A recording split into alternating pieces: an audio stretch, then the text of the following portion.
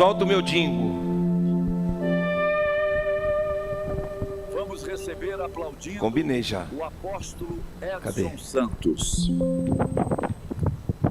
Vamos receber aplaudindo o apóstolo Edson Santos.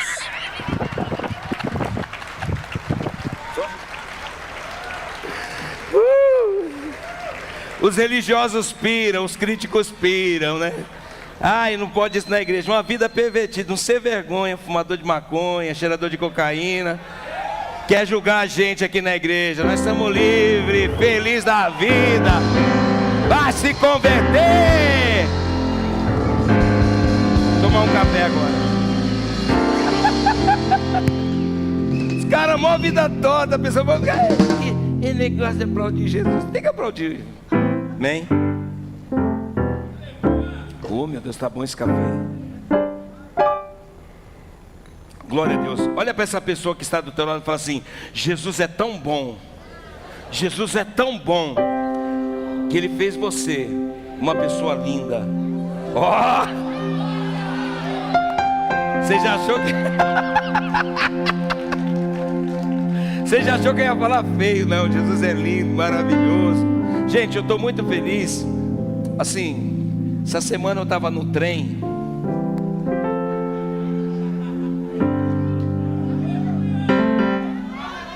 Eu peguei o trem, né, gente? De boa, estava no trem com meu celular. Eu deixei o carro na oficina para arrumar, tal. O carro do meu filho estava lá no trem e tal. Aí peguei o trem para encontrar meu filho em Suzano. Estou lá do lado da porta assim, mexendo no celular, né? De repente, veio um demônio, gente. Só pode ter sido um demônio. Eu sei que a gente é tão bonito que a gente incomoda até o inferno. Aí vem uma mulher do nada, gente. Um monte de gente, ela saiu do nada, encostou perto de mim, começou a passar a mão em mim. Você é tão bonita. Eu falei: tira a mão, por favor, tira a mão. Tira a mão. Aí colocou a mão no meu rosto, assim como eu falei: pelo amor de Deus, não põe a mão em mim não. Fala sem tocar. Ah, mas você é muito bonito. Tudo bem, eu sou bonito, mas não põe a mão em mim não. Paga um almoço para mim. Eu falei: eu não te conheço. Por favor, sai de pé de mim, por favor. E eu olhando assim, querendo que alguém me acudisse. Eu falei: o que eu faço agora? Empurro ela, essa mulher começa a gritar. Aí ela falou assim: mas eu tenho um problema. Eu falei: eu estou vendo que você tem problema. Por favor, não põe a mão em mim não. Põe a mão, não fala não, mas você é bonito. Gente, quando eu estou falando que é bonito, ela veio me beijar. Eu fiz assim: ai, ai, ai, ai, ai, ai, ai. Pelo amor de Deus, se filmar isso aqui, já era, gente. Até que eu provar que fugi de porco na tomada, eu estou perdido. Aí eu fiz assim para ela, falei: ai, ai, ai, ai, ai, sai para lá. Por favor, sai para lá. Sai para lá, por favor, estou te pedindo. Aí ela saiu. Falei: meu Deus, demônio manda os seus rastros. Aí a apóstola perguntou para mim: era bonita? Eu falei: não vi, filha. Eu fiquei cego na hora. Terrível, gente. Terrível. Vou tomar um café. Glória a Deus. Vamos à mensagem dessa noite. Vocês estão bem, gente? Eu profetizo uma semana incrível na vida de vocês, em nome de Jesus. A gente percebe que, na verdade, você não cuida do que você tem, sempre que tem alguém olhando o que você tem, querendo que... Então, você que está do seu lado, seu esposo, seu namorado, a sua namorada, valorize. É ruim com ele, não presta. Glória a Deus. Vamos à mensagem. Eu quero convidar você a abrir a sua Bíblia no livro de Salmo 127, verso 1. Salmo 127, verso 1. Nós vamos meditar hoje na palavra do Senhor. Eu sei que Deus tem algo a falar comigo, com você. Eu brinco para a gente quebrar o gelo, né? A gente está num ambiente espiritual e a alegria do Senhor também faz parte deste ambiente. A felicidade de Deus faz parte desse ambiente. Diz assim o texto: se o Senhor não edificar a casa, em vão trabalha os que edificam. Se o Senhor não guardar a cidade, em vão vigia o sentinela. Inútil vos será levantar de madrugada, repousar à tarde e comer o pão de dores, pois assim dá ele aos seus amados sono. Amém?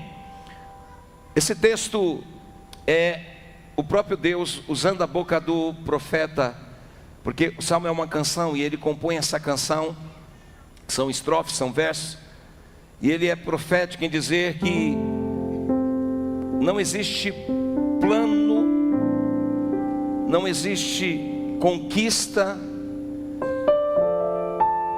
que possa ser maior do que a presença de Deus. Tudo que você fizer sem Deus é em vão. Vou repetir. Tudo que você fizer sem a presença de Deus é em vão. Vai chegar uma hora que isso vai se tornar algo fútil. O tema da minha mensagem hoje é: quando o propósito perde o valor. A gente tem que tomar cuidado, porque às vezes os propósitos que nós estamos estabelecendo, ele perde-se o valor. E o propósito que Deus estabeleceu, a gente deixa se perder para correr atrás dos nossos propósitos. O salmista está dizendo que se Deus não estiver na casa, se Ele não estiver junto na casa, não adianta trabalhar para construí-la. É fato que quando a gente faz casamento, a gente fala do cordão de 3 dobras, que é difícil de romper.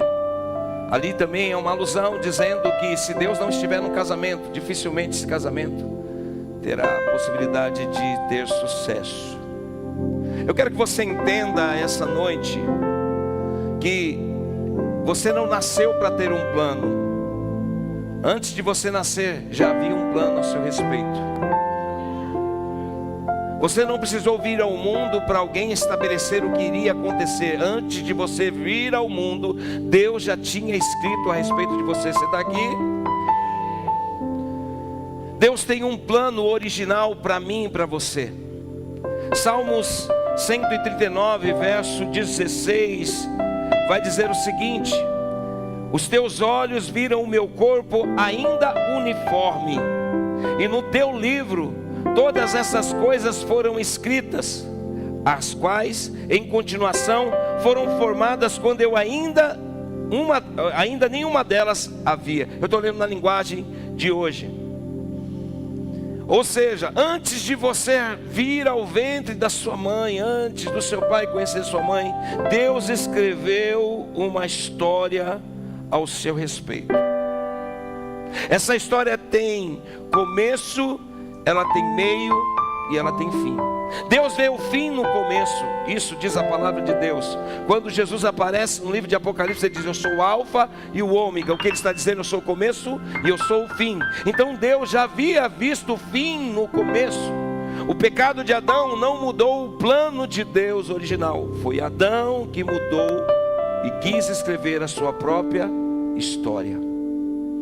Então todas as vezes que você toma a frente daquilo que Deus estabeleceu, é como se você dissesse para Deus: eu quero escrever minha própria história. Eu quero não ser coadjuvante, eu quero ser o protagonista da minha vida.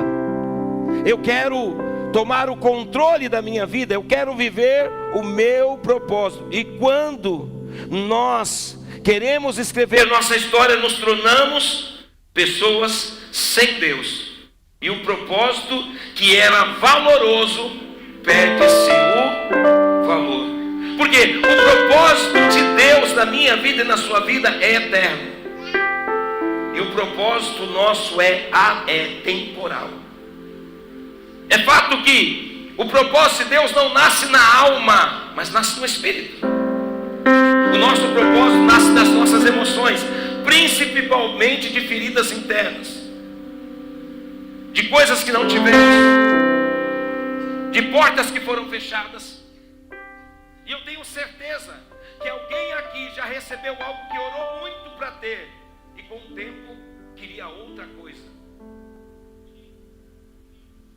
Esse é a alma, a emoção nossa. Ela nunca se sacia, ela é um poço devorador.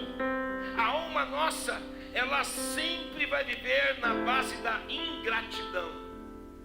Ela agradece quando recebe, mas fica ingrato quando surge um problema daquilo que recebeu.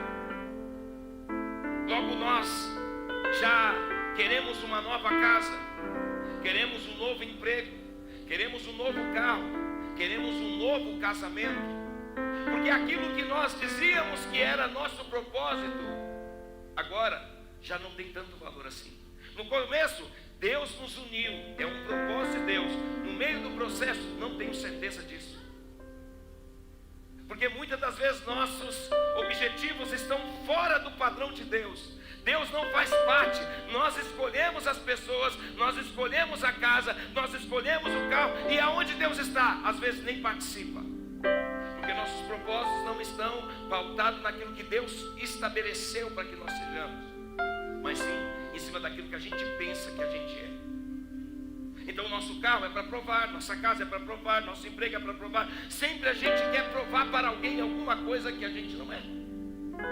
Seja para o pai, seja para a mãe, seja na escola, seja para o amigo, seja para o patrão. A gente vive uma vida, ao invés de desfrutar de uma vida plena, conquistando para Deus e fazendo as pessoas do nosso lado felizes, a gente fica olhando a casa do vizinho, querendo provar para eles que nós somos melhores. Temos a melhor família, temos o melhor emprego, porque nosso propósito se perde o valor. E aquilo que era melhor, é fato, muitos daqui disseram: Deus, prepara essa chave dessa casa para mim, Deus, prepara essa chave de um carro para mim. Mas daqui a pouco o carro deu problema e diz: eu não sei se é Deus que me deu. Essa empresa, eu já não tenho tanta certeza, talvez é tempo de fechar. Aquilo que era fruto de oração, que você dizia: eu orei, Deus me deu, agora é fruto de ingratidão. O teu ministério, quando você queria tocar, ou queria pregar, ou queria fazer alguma coisa na igreja, era oração. Mas hoje eu não sei se é tanto esse ministério que eu queria, porque a maioria de nós agimos pelo nosso próprio propósito, não pelo propósito de Deus. E quando nós entramos no nosso propósito, o propósito de Deus não tem mais valor, e o nosso propósito é algo inútil e fútil, e logo se troca. Então nós vivemos uma geração que se troca de mulher, se troca de carro, se troca de casa, se troca de ministério, se troca de tudo, até de Deus, porque se perdeu o valor. Será Deus que ele se enganou? Será que Deus, ele atendeu um pedido injusto? Não. O problema é que a maioria de nós queremos que Deus esteja conosco, mas que fique em silêncio, e só fale quando nós pedimos. Só que a Bíblia diz que é nós que temos que silenciar, e é Deus que precisa falar. Nós só lembramos de Deus quando as coisas apertam, só lembramos que Ele está do nosso lado quando as coisas ficam difíceis, porque afinal de contas, no meio da festa, quem vai lembrar do tempo da dor? No meio da festa, quem vai perdendo o prejuízo? Mas no meio do prejuízo nós lembramos: espera aí, tem alguém que começou comigo e eu esqueci dele no meio do caminho, deixa eu voltar lá e trazer ele para cá. Deus, por que isso está acontecendo? E a resposta de Deus é porque você esqueceu do começo. A bala perdida, o abandono da mãe, do pai, o casamento, tudo não era para você estar aqui. Mas Deus não se preocupa com o começo, Deus não se preocupa com o meio, Deus está no final, porque Ele já escreveu ao seu respeito. E o que Ele quer de mim, de você, que você entenda. Sabe qual é o convite de Deus? Pegue esse livro que você escreveu com a sua própria mão e com o seu próprio sofrimento, e entrega no meu altar, porque existe já um livro que eu já escrevi sobre você, e este livro tem um final que é tremendo.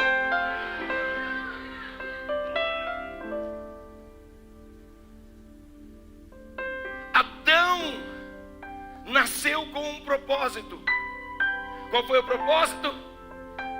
Gênesis 1:28 vai dizer: tenham muitos e muitos filhos, espalhe-se por toda a terra e a dominem, tenham um poder sobre os peixes do mar, sobre as aves que voam no ar, sobre os animais que rastejam pelo chão. Verso 29 vai dizer: para vocês se alimentarem. Deus estava dizendo: Adão, eu vou trabalhar por você.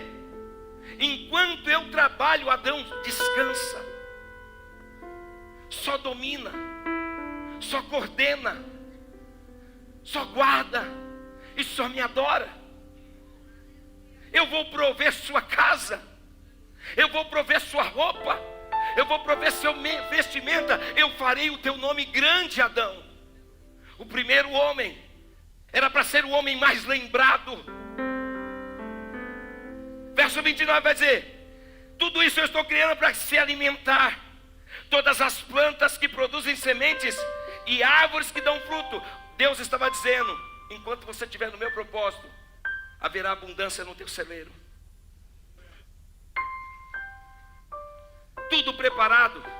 Gênesis capítulo 2, verso 7 vai dizer o seguinte: e formou o Senhor Deus do pó o homem da terra, e soprou sobre as suas narinas o fôlego de vida, e o homem foi feito alma vivente. E o verso 8 vai dizer: e plantou o Senhor Deus um jardim no Éden, do lado oriente, e pôs o homem que tinha formado.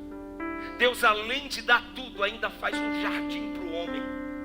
Uau, que incrível! Adão tinha a presença de Deus, Adão tinha o suprimento de Deus, Adão tinha a proteção de Deus, Adão tinha a vida de Deus, porque até então a morte não existia. Adão foi feito eterno, sem que a eternidade fosse revelada a Adão. Adão não era para morrer, era para viver abundantemente. Mas sabe, Adão um dia disse: eu preciso escrever minha própria história. Não é o suficiente que Deus tem me dado. Então sabe o que eu vou fazer? Eu vou pegar o conhecimento, eu vou pegar a revelação e vou escrever a minha própria história. E no verso capítulo 3, Adão come daquilo que não era para comer, toca naquilo que não é para tocar, e ele escreve a sua própria história. Consequência dele dizer: não quero o que o Senhor escreveu, eu sou capaz de escrever a minha própria história. Capítulo 3, verso 19, vem a consequência: do suor do teu rosto comerás o teu pão, até que tornes a terra, porque delas fosse tomado, e portanto és pó. O que Deus estava dizendo? Eu te fiz para ser grande, eu te fiz para ser grande, eu te fiz para ser tremendo. Tu és meu filho, mas você está preferindo a morte do que a vida, o suor do que o descanso. Porque foi isso que Adão escolheu. Você vai morrer, Adão. Eu te tomei do pó, mas eu te dei o meu melhor. Mas como você escolheu as coisas do teu jeito, do pó que você veio, do pó você vai tornar. E é fato isso, que caixão não se abre pelo lado de dentro, e não tem bolso cheio para quem morre, porque você não leva nada quando você tomba. Deus está dizendo: você tinha tudo em mim, mas escolheu viver nada sem mim. Porque você vai trabalhar a vida toda, e no final você vai voltar ao pó. E detalhe, suando, sofrendo, sendo que eu te coloquei num lugar de descanso. Uau! Esse é o meu pai, é o seu pai. Ele escolheu um lugar de descanso. E todas as vezes que a gente decide fazer a nossa vontade, é como se a gente dissesse: este lugar não é tão bom para mim, eu quero um lugar melhor. Só que esse lugar no começo parece bom, a transa casual é bom, a droga casual é bom, a mentira casual é boa, mas no final traz prejuízos. Então a gente pega o que tem valor, o propósito que tem valor, e faz ele se tornar sem valor. Sabe por que às vezes você se sente pequeno? Sabe por que às vezes você fica confuso com a relação ao seu ministério, a sua vida, o caminho que você deve andar? Porque Deus não está aí.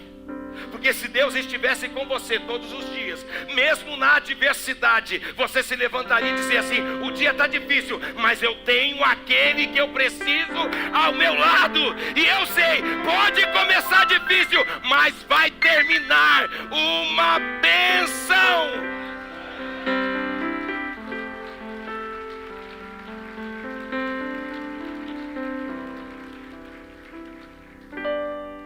Teu dinheiro vai acabar. A pessoa que você casou pode ir embora. Mas Deus nunca abandonará os seus filhos. Deus não está com você por causa do teu carro. Deus não está com você por causa da tua casa. Deus não está com você porque você é santo. Deus está com você porque você é filho.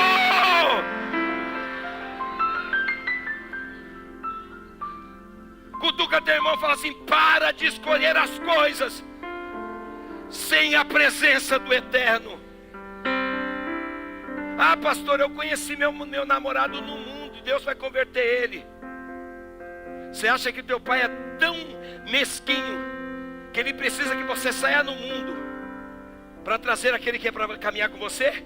Isso é antibíblico, sabe por quê? A Bíblia vai dizer que Adão dorme e no outro dia Deus traz a mulher que Adão precisa. Enquanto Adão dormia, descansava, Deus preparava a mulher dele. Enquanto Adão estava dentro do propósito, Deus preparava o que Adão precisava. Mas o problema é que Adão quer acordar e quer fazer do seu jeito e quer escolher quem Deus não escolheu.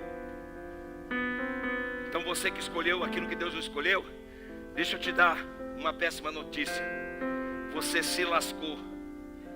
Agora vai para o perdão e agradece a Deus por essa pessoa que está do teu lado. Porque fica, não, por que Deus não muda ele? Peraí, mas Deus colocou ele na tua vida, ou ela na tua vida?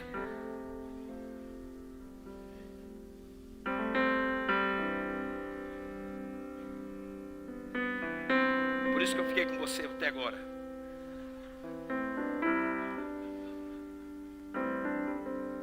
Deus, a mulher que o Senhor me preparou, Deus falou assim: você não escolheu? Vai com ela até a morte. Apanha com ela, mas cuide dela. Quantos estão aqui, diz amém? Você está entendendo que você tem muitas possibilidades em Deus, mas se você decidir fazer as coisas sem Deus, o que vai restar é suor e morte. Eu tenho certeza que muitos de vocês, quando perguntam quem não fez faculdade, que faculdade você vai fazer? Ou alguns de vocês já começaram a faculdade que parou. Por quê? Porque fazem a faculdade para unir o seu propósito pessoal e não trazer Deus para o seu propósito. Você quer ganhar dinheiro, mas não quer edificar pessoas. Você quer a sua casa, mas você não quer ser a casa. O propósito de Deus não tem a ver comigo, Ele passa por mim. Por isso que Salmo 129 vai dizer: como filhos na mão do valente, assim são a herança do Senhor. São flechas. Ou seja, quem passa por mim tem que ser alavancado para ir mais longe. Mas quem pensa em si mesmo não deixa ninguém dar um passo além daquilo que Ele permite. Você não pode ir além. Eu cheguei até aqui, você vai até aqui. Presta atenção nisso que eu estou dizendo para você. Existe um propósito lindo de Deus para a minha vida e para a sua vida. Você pode repetir isso para a vida do teu irmão do teu lado, para você não dormir. Diga assim: existe um propósito lindo. E detalhe, eu quero que você entenda e guarde no seu coração: o propósito é tão lindo que já foi preparado antes de você nascer. Não, talvez se você não entendeu, eu vou profetizar para esse pessoal que está daqui do lado aqui. Não depende do que você está fazendo hoje. Antes de você nascer, Deus já tinha escrito o seu roteiro e disse: é guerreiro, é campeão e vai vencer. O pai da terra só pensa no futuro do filho quando pega o filho no colo. O Pai do céu.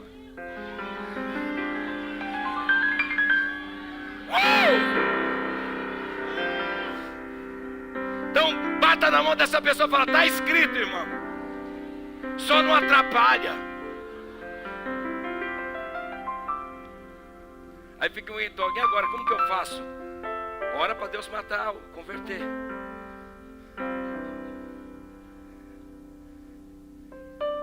Não é, minha linda?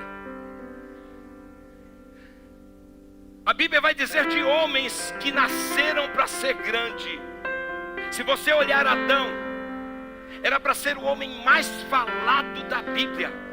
Escuta, se você olhar Adão, tudo começou em quem? Adão. Todos os capítulos da Bíblia deveriam falar de quem? Adão.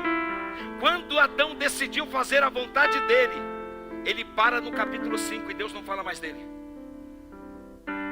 Quem está em Deus será lembrado, quem está sem Ele será esquecido.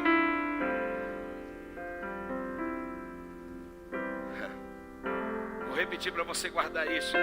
Quem está no propósito de Deus será lembrado, mas quem está fora do seu propósito será esquecido. Adão foi esquecido, mas teve outras pessoas. A Bíblia vai dizer no livro de Hebreus, capítulo 11, verso 23, sobre os heróis da fé, e um desses heróis chama-se Moisés. E vai dizer: pela fé Moisés, nascido, foi escondido por 3 meses por seus pais, porque viram que o menino era formoso e não temeram o mandamento do rei. Verso 24: e pela fé Moisés, sendo já grande, recusou-se ser chamado filho da filha de Faraó. Ou seja, quando a mãe de Moisés e o pai de Moisés olharam para ele e disseram: esse menino é grande, ele pode até estar no palácio, mas ele não vai se contaminar. E o texto vai dizer isso, que Moisés se recusou a ser chamado da filha de Faraó, para continuar dizendo: eu estou aqui no palácio, mas eu continuo hebreu. O palácio não vai me mudar, eu continuo sendo quem eu sou.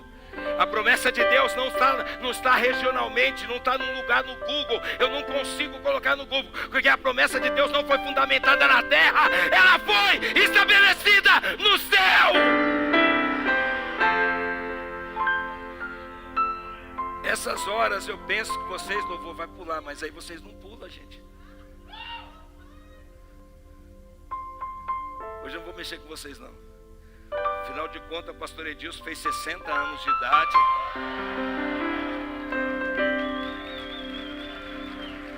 Ó, pessoal da recepção, já coloca um assento lá, prioridade para o pastor Edilson.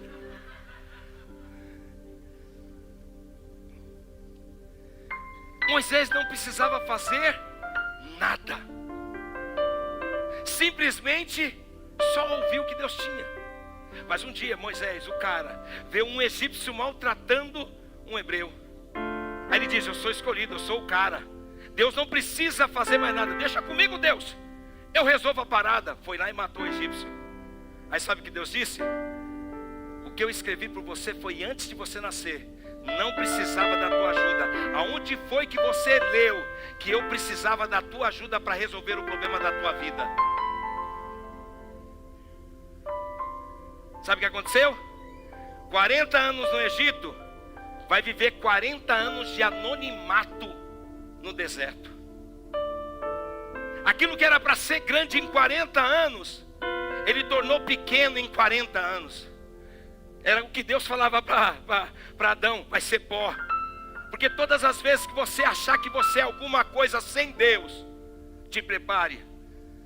Deus é que espera derrubar gente orgulhosa, dar rasteira em gente que acha que é alguma coisa. Você é tão pequeno, que uma dor de cabeça às vezes te deixa na cama. E o homem bate no peito e diz: eu sou o que sou. Você não é nada, Ele é o que é. Eu só sou alguma coisa nele. Ele é o eu sou e eu sou nele. Vou repetir: Ele é o eu sou e eu sou nele.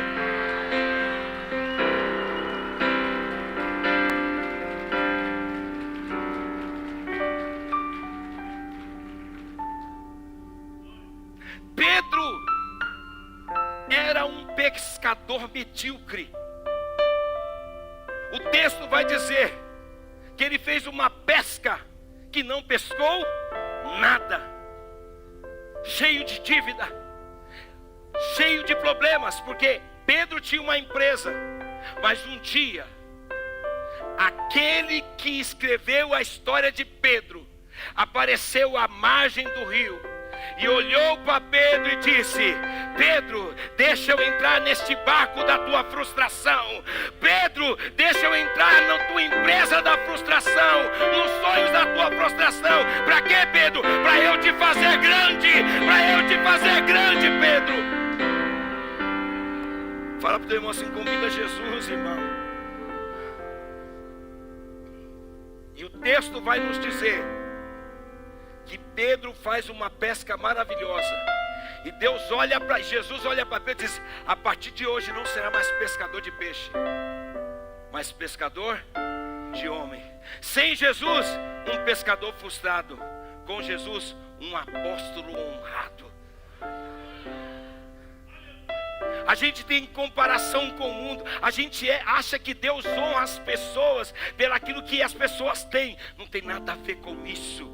Deus honra as pessoas não pelo aquilo que as pessoas têm na terra. Deus honra a pessoa porque Ele é com essa pessoa. E essa pessoa não está motivada por aquilo que conquista na terra, mas por aquilo que ela já tem no céu. Senão o Salmos 23 não tem sentido. O Senhor é meu pastor.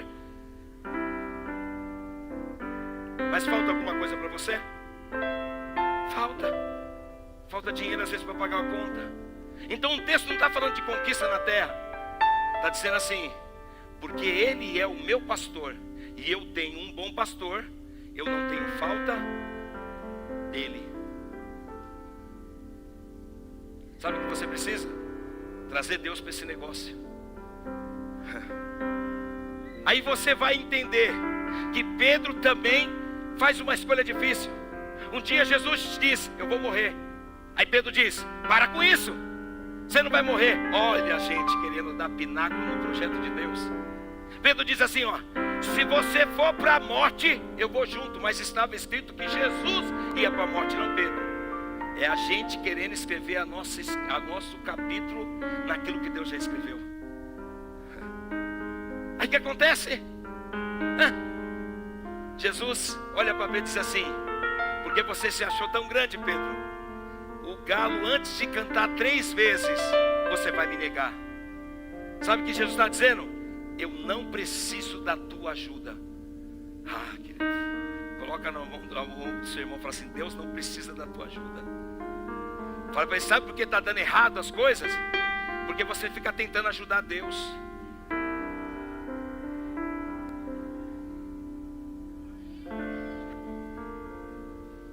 Mas Jesus é tão tremendo, tão maravilhoso, que Pedro nega, foge e volta a ser o quê? Pescador. Em João capítulo 21, Pedro está no mar, está fazendo a mesma pesca frustrada que começou. Por isso que eu acho lindo, não importa onde você começou, é importante que no meio do caminho ou no final dele, Deus chega e fala assim: agora você vai fazer aquilo que eu determinei. Aí a Bíblia vai dizer o seguinte: que Pedro volta a pescar, não pesca nada, mas quem está na beira do mar de novo? Jesus. Aí Jesus diz assim: fala para Pedro pescar novamente, jogar a rede. E aí vai falar que veio grandes peixes. Da primeira vez não falou o tamanho dos peixes, mas na segunda vez, porque, querido, não importa se em algum momento da tua vida você saiu fora do propósito de Deus. Se você entendeu que você precisa fazer, voltar para o propósito, aquilo que era ruim vai se tornar porção dobrada sobre a sua vida de honra. Olha para o teu irmão e fala assim: não está perdido não, irmão. Porque Deus, se você permitir que Deus entre nessa história. Vocês estão aqui? Ô gente, vocês estão mortos de falar com o teu irmão? Aí depois eu canto e falo assim: irmão, eu te amo. Irmão, você não consegue falar com o irmão do lado. Sabe por que eu faço isso? Isso é técnica, tá? É para você não dormir, e você não ficar conversando e nem olhando o celular. Eu tenho orado esses últimos dias para Deus explodir os celulares.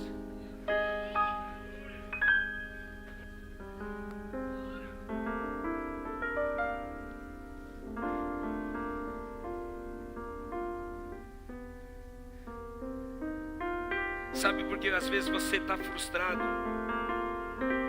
Porque você está construindo algo para você e não algo para cumprir o propósito de Deus. Por isso que vem a frustração no meio do caminho. Por isso que vem essa busca de buscar outros lugares. Porque você não entendeu que o que você está buscando somente massageia a sua alma. Você deve colocar sua expectativa em Deus.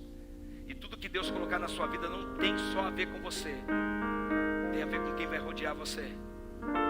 Deus, ele tem a capacidade de abençoar uma pessoa Mas Deus é tão abundante que quando Ele abençoa alguém que está dentro do propósito, essa pessoa abençoa outras pessoas. Mas o nosso problema é que a gente fica frustrado com o teu emprego, filho. Mas quando você orou para Deus te dar uma porta de emprego, esse emprego foi bom, né? Você consegue entender? Que se você viver o seu propósito, tudo que você conquistar numa hora vai se tornar ingratidão. Não vai ser o suficiente. Eu lembro que quando eu tinha uma loja, antes de eu montar a loja, eu dizia: Deus, o salário mínimo mais ou menos na época era R$300, não, R$500. Eu falava assim: se eu montar uma loja e ganhar um salário mínimo, será o suficiente para eu trabalhar para mim? Diga se eu parei nisso. Daqui a pouco comecei a ganhar um salário mínimo, mas eu queria 2. Aí ganhei 2, mas eu queria 3. A gente nunca está satisfeito. E aí o que a gente começa a acontecer? Quando começa a dar errado, a primeira pessoa que a gente passa a culpar é Deus. Deus maquiado do diabo. Porque aí você vai falar assim: é o diabo. Mas a Bíblia diz que o diabo é ferramenta de Deus. E no Éden, quando Adão peca, ele diz: foi a mulher. A mulher diz o que? Foi a serpente. Quem criou a serpente? Então a culpa era sempre de Deus.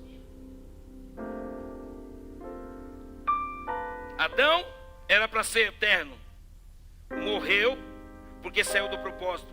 Abraão, com 75 anos, era para ter um filho, mas porque ele quis dar um jeitinho e trazer Ismael, levou 25 anos.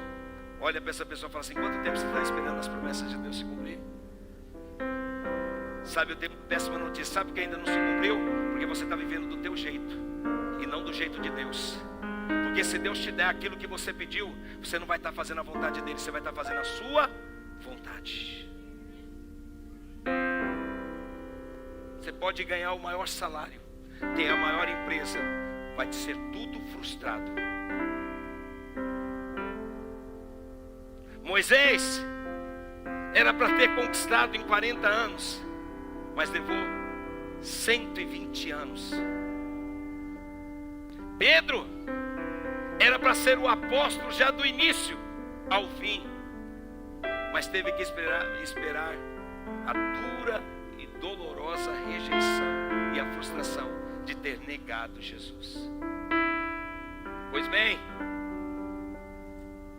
o tempo de Deus não é o nosso tempo, e Deus nunca vai precisar da nossa ajuda para cumprir aquilo que Ele estabeleceu. Note, mas há homens que entenderam o propósito. A Bíblia vai dizer que Davi estava onde? No campo. Mas Davi não era pastor, Davi era rei.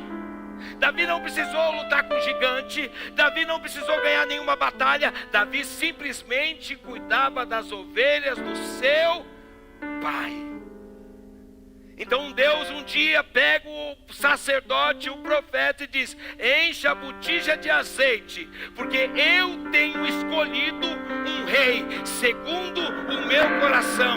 Samuel talvez perguntou: é no meio da guerrilha? É no meio do palácio? Deus falou: não, Samuel, está no meio do campo. Ele não é conhecido pelos homens, mas é reconhecido por mim.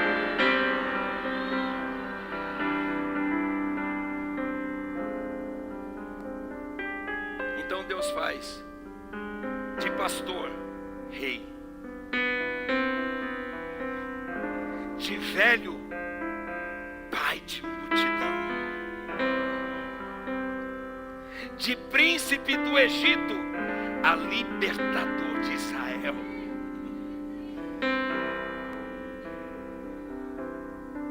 Mas talvez hoje você está aqui e está tentando do teu jeito. Sabe qual é a pior coisa? É que você tenta. Tudo que você tenta, no final, parece que não tem mais alegria. Deus está te convidando a voltar ao propósito original, a dizer: Deus, não quero mais viver sozinho. As pessoas têm muita dificuldade de entregar a vida a Jesus. Por quê? Para você entregar a vida a Jesus, você tem que abrir mão da sua vida. Não é do seu carro, não é da sua casa, porque Deus não quer o teu carro, Deus não quer a tua casa, Deus quer você. É você dizer: eu teria tudo para ir para cá, mas Deus mandou ir para lá. Mas está dando errado. Mas Deus mandou ir para lá. Mas não está dando certo, está sofrendo. Mas Deus mandou ir para lá. Ao invés de eu ficar com as propostas do mundo, eu fico com o propósito de Deus. Quando antes da Restaurando Vida nascer, eu recebi uma proposta para trabalhar numa cidade de Minas Gerais chamada Contagem. O salário, R$10.000. Isso há 17 anos atrás. Era muito dinheiro? Fiquei tentado? Com certeza. Os olhos brilhou? Sim. Fiz propósitos, projetos? Com certeza. R$10.000. Para quem ganhava R$1.500, para ganhar R$10.000, era o sonho de qualquer pessoa. Para quem não sabe, eu sou funileiro, profissão que herdei do meu pai, porque eu não estudei. Então, filho, estuda. Eu poderia ter ido.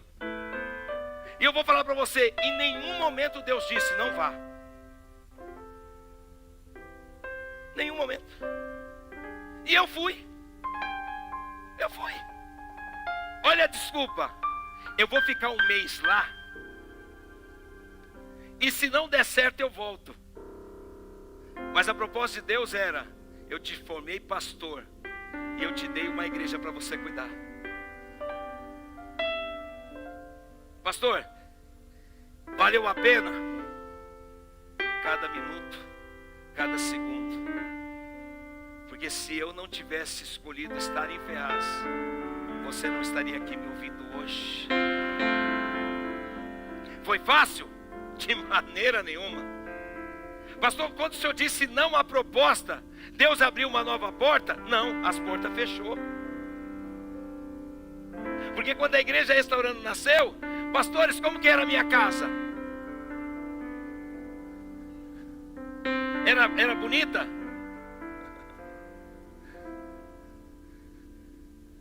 Mas eu entendi que entre a proposta do mundo e o projeto de Deus, eu fico com o projeto de Deus. Porque no mundo eu sou pó e pro pó vou voltar. Mas em Deus, o Espírito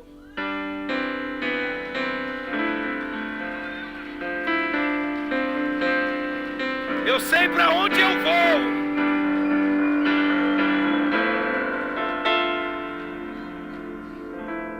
Então você pode sair dessa noite escolhendo a sua história e sem saber como ela termina, ou sair dessa noite escolhendo o que Deus escreveu e sabendo onde vai terminar.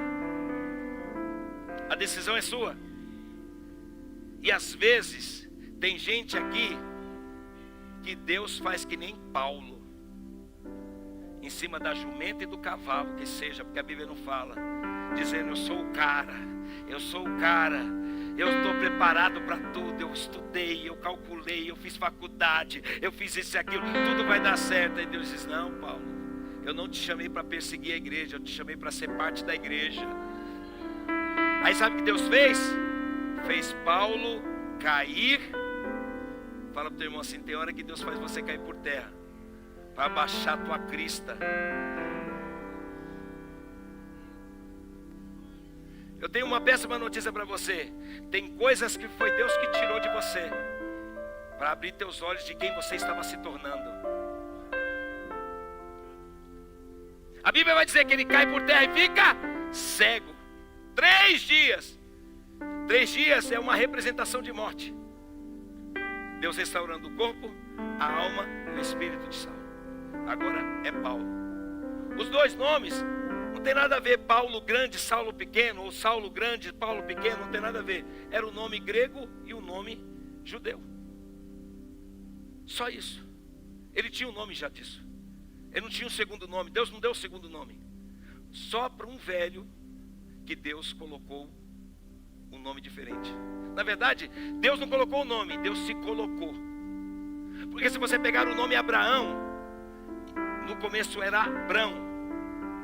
Deus acrescentou uma letra. Qual é a letra? A letra dele. A letra Aleph, que é a letra de Deus. O que Deus estava dizendo? Eu vou te fazer tão grande que eu não vou ficar só na minha palavra, eu vou selar com o meu próprio nome. Vou profetizar para os pastores. Não vou profetizar para vocês. Profetizar para vocês, amém? Deus está dizendo para vocês que aquilo que Ele escreveu para vocês é tão grande, que hoje não fica só nas palavras, Ele está carimbando com o nome dEle.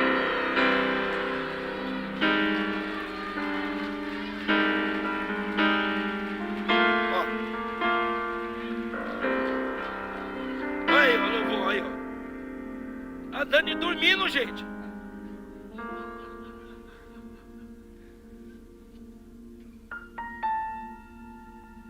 Ou você escolhe viver uma vida ordinária, ou você escolhe viver uma vida extraordinária. Você precisa entender que não é o que você tem agora. O que você tem agora está te preparando para aquilo que Deus já preparou. 1 Coríntios, 2 Coríntios vai dizer, capítulo 4 vai dizer: nem olhos viram, nem ouvidos ouviram, e nem chegou ao coração do homem aquilo que o Senhor já preparou. Você está achando que esse bairro é o limite? Deus está dizendo: eu tenho um lugar melhor. Essa casa, Deus está dizendo: eu tenho algo melhor. Esse carro, eu tenho algo melhor. Porque, querido, Deus é tão abundante e é tão extravagante que Ele nunca dá só o que você pede, se você estiver dentro do propósito. A Bíblia vai dizer que Deus aparece em Salomão e diz: pede-me o que você quiser, que eu vou te dar. Salomão poderia dizer: me dá riqueza. Mas ele entendeu: para que eu vou pedir riqueza se eu tenho um pai rico? Me dá a morte dos meus inimigos. Para que eu vou pedir a morte dos meus inimigos se eu tenho o Jeová Sabaote, o Senhor da guerra? Aí sabe o que ele disse? O teu povo, olha como ele foi inteligente. Ele disse assim: Senhor, o Senhor está pedindo, eu poderia pedir para mim, mas agora eu jogo para o Senhor. O teu povo é numeroso e é difícil demais cuidar dele, porque é do Senhor. Mas me dá sabedoria para eu cuidar daquilo que é teu. A resposta de Deus: porque você não pediu para você, porque você não falou de você, porque você não murmurou sobre você, eu vou te dar sabedoria, mas eu vou te dar riqueza, eu vou te dar honra e eu vou te dar paz. O segredo é: não pede para você. O propósito de Deus nunca foi eu pedir para mim, é eu entregar para Ele. Quem vive o propósito de Deus entrega e não pede. Amém? Eu vi muita gente dizendo sobre a canção. Pode subir, louvor, que hoje eu não vou. O Rodrigo até tomou posição, né? Subiu lá, o negócio ficou estreito, né? Escuta, o que eu estava falando mesmo? O Rodrigo me distraiu, foi o brilho da sua careca, a gente me distraiu. O que eu estava falando? Louvor. Ah, do louvor. Perdendo tudo. Não é essa música que não vai cantar não, tá? Eu tinha uma música que acabei esquecendo. Não é aquela música que cantou domingo que a apóstola falou, Dani, aquela música lá, tá? Aí, perdendo tudo. A minha pergunta é: e não é perder tudo, gente? Se você pudesse e tivesse condição, você estaria num domingo à noite sentado nesse banco? Se na tua conta bancária tivesse R$1 milhão agora, R$2 milhões, e alguém dissesse para você: ei, vamos para Dubai, você escolheria estar num culto desse ou estar indo viajando para Dubai? E ainda teria coragem de fazer uma selfie dentro do avião dizendo assim: Deus exalta. É ou não é? Se você tivesse escolha, você estaria casado com essa mulher, com esse homem? Ô gente, pessoal, vamos ser sinceros. Tem hora que você acorda com a pessoa todo dia. Eu vou fazer 33 anos. Você acorda todo dia. De vez em quando não bate aquele pensamento: poxa, tá com 50, poderia me dar uma de 25. Viver a dois não é fácil não, gente. Você acorda com a pessoa mal-humorada, você vê a mulher só reclamando de tudo. Não tem hora que a gente fala assim: ô Deus, mata ela ou mata ele, só para eu cumprir um mandamento bíblico, para eu não pecar. Não é verdade, gente? A gente não tem vontade de fazer um monte de coisa. Fala a verdade, se reconheça. Aí você tem que abrir mão, perdoar quem te fere, estar do lado de quem te trai. Mas se alguém perguntar para você: essa é a sua vontade? Outro dia perguntaram para mim: pastor, como que você aguenta tanta traição? Como que você suporta pessoas que você ajuda? Gente, é tão real que tem pessoas que eu ajudo, vai embora da igreja e nem fala comigo mais. E eu encontro na rua e vira a cara para mim. Mas eu aprendi que a cura, quando você é curado, você oferece. Antigamente, quando eu era problemático, a pessoa virava as costas, eu fazia assim: nem eu. Mas hoje eu não faço mais isso não. Se eu passo na rua, a pessoa faz isso, eu falo: ei fulano, ei, tudo bem? Porque não tem a ver com ele, tem a ver com aquilo que Deus fez em mim.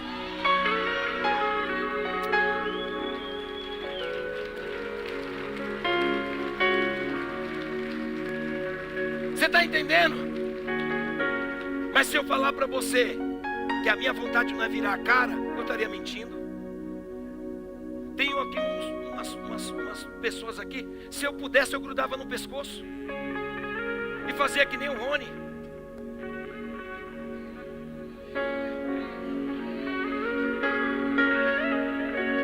Você acha que não tem pessoas aqui que eu gostaria de chamar lá em cima e falar: seu pai não te deu um corretivo, miserável, mas você vai apanhar para aprender a ser gente? Eu tenho, gente. Mas eu olho para essa pessoa, vendo ela quebrando a cara e vindo com argumento. Porque geralmente ela vem com a pergunta e já vem com a resposta. Ô pastor, eu estou passando por isso, mas Deus falou comigo. Ué, se Deus falou com você, o que você está perguntando para mim? Você acha que eu não tenho vontade de falar? Não vou nem falar com você. Estou ministrando você. Gente, pastora Simone e o pastor Rony, eu ia na casa deles. E a pastora Simone ficava na porta e dizia: aqui o senhor não entra. Você não vai entrar. Eu falava: o quê?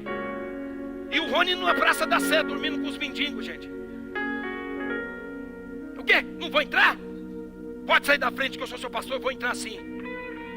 Sentava lá e ficava madrugada dentro. E o Rony pensando: eu vou chegar de manhã e o apóstolo e a apóstola vai estar embora. Quando ele chegava às 6 horas da manhã, quem estava lá dentro? Falava: agora você entra que nós vamos ministrar você. Mas você acha que a minha vontade não era falar: vai se lascar, estou tentando ajudar vocês. Pastor Tiago chegava noiado na igreja: ô pastor, pode contar comigo, pode contar comigo. Depois sumia da igreja. Você acha que a minha vontade é falar: sai daqui, safado? Hein? Você não acha que eu tinha vontade? Mas eu perco tudo que eu acho que eu tenho para viver aquilo que Ele escreveu sobre mim. Como não perder tudo? Perdoar, dizer não para as propostas. Sabe por quê? Porque eu prefiro aquilo que Ele já escreveu do que aquilo que eu posso escrever.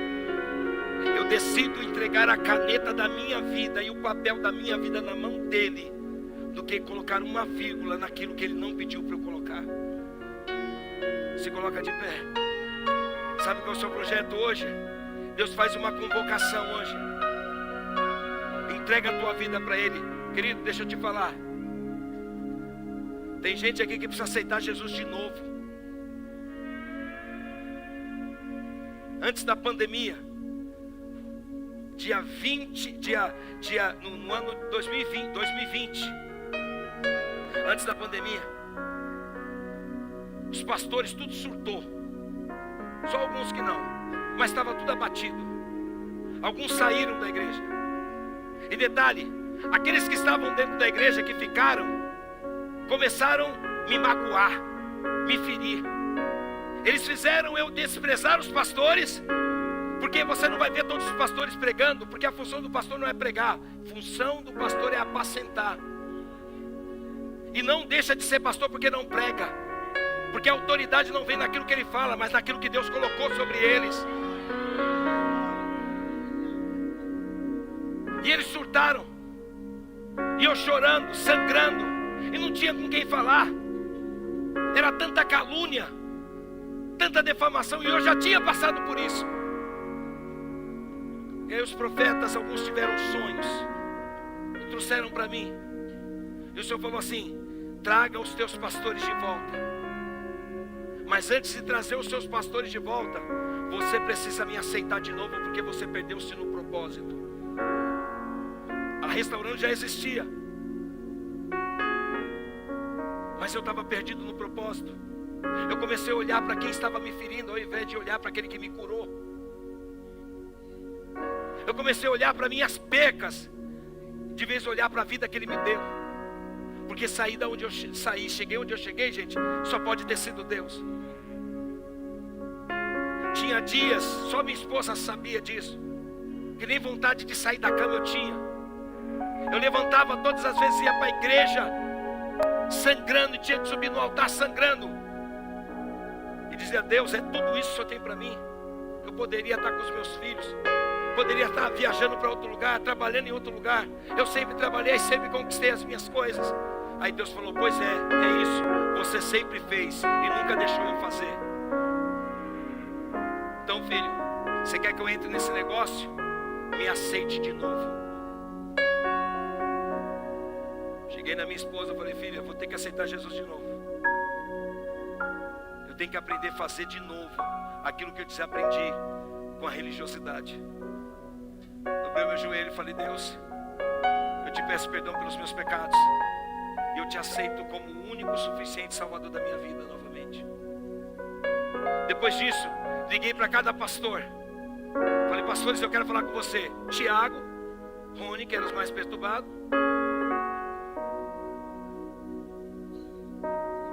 O senhor tem certeza que o senhor está ligando para mim mesmo? Ó, o grito do almático. Falei: é com você mesmo. É para você vir em casa. Veio eles todos. Sentamos. E eu ministrando, pedindo perdão para eles. Pastor, mas eles erraram? Erraram. Mas eu também errei. E pedir perdão não é colocar o defeito do outro, é reconhecer o que você fez. Perdão que julga o outro não é perdão, é descarregar aquilo que você está sentindo. Aí eu comecei a falar de mim. Falei: vocês são meus pastores, e hoje nós estamos aqui para reatar nossa aliança. Estava tudo certo, gente, tudo lindo, a lágrima caindo aqui do olho. Aí a pastora Eliana falou assim: isso não é verdade o que está acontecendo. A pastora Simone já virou no giraia. O pastor Rony começou a chamar todo mundo de cadeieiro.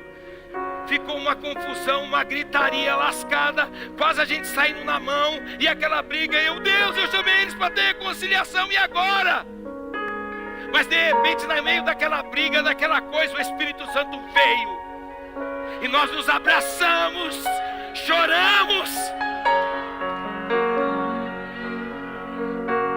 E eu falei para os pastores: se é para começar certo, vocês têm que aceitar Jesus de novo. E antes da pandemia, todos os pastores dobraram os joelhos, e nós entregamos novamente a nossa vida ao Senhor. Todas as vezes que você sai do propósito de Deus, você se torna pródigo. Dentro da igreja se torna pródigo também. E hoje Deus está te convidando a fazer uma nova aliança com Ele. Se você se sente assim, nós vamos cantar. Você tem liberdade para orar no teu banco. Mas se você quiser fazer uma nova aliança com Ele, hoje eu não vou fazer um apelo para quem não aceitou Jesus. Eu estou fazendo apelo para quem está na igreja. Sabe por quê? Porque você está querendo viver o teu sonho, não o sonho de Deus. Para você viver o teu sonho, você não precisa fazer nada. Fique sentado e faz o teu jeito até agora. Mas para viver o sonho de Deus, tem que dizer: estou abrindo mão do que eu penso para viver o que o Senhor quer.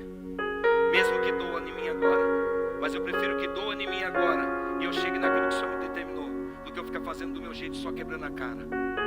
Vamos cantar. Fique à vontade para vir no altar se você quiser.